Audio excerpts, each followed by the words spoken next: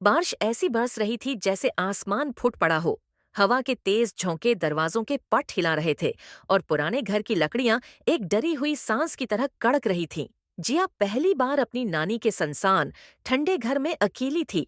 नानी अस्पताल में थी और घर में सिर्फ एक ही चीज थी, खामोशी। वो खामोशी जिसमें कभी लगता है जैसे कोई पीछे खड़ा हो मगर नजर न आए।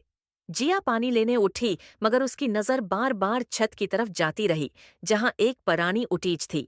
बचपन से मना किया जाता था कि वहां मत जाना। आज पहली बार उसने सोचा कि देख ही लूं आखिर वहां क्या है। उटीच का दरवाजा मुश्किल से खिला। धूल के बादल ने उसे रोक लिया। पुरानी अलमारियां, जंग आलूद खिलौने और कोने में रखा हुआ एक बिल्कुल साफ लकड़ी का फ्रेम। इतनी धूल में भी साफ, जैसे अभी रखा गया हो। उसने फ्रेम उठाया।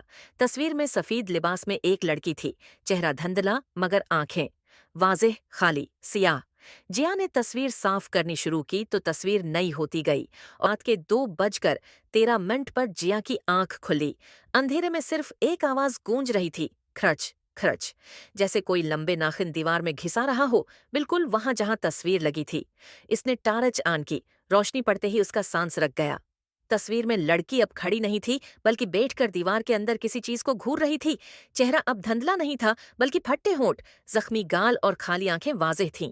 जिया ने सिर पीछे किया तो तस्वीर में लड़की ने भी वही हरकत की, एक लम्हा देर से, जैसे मौत जिंदगी की नकल कर रही हो। अगले दिन जिया ने तस्वीर स्टोर रूम में बंद कर दी मगर रात को फिर आवाजें आईं, खर्च खर्च, फिर टिप टिप, जैसे कोई दरवाजे के बिल्कुल बाहर खड़ा हो।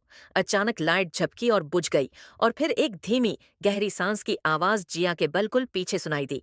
वो पलटी, वहां कोई नहीं था।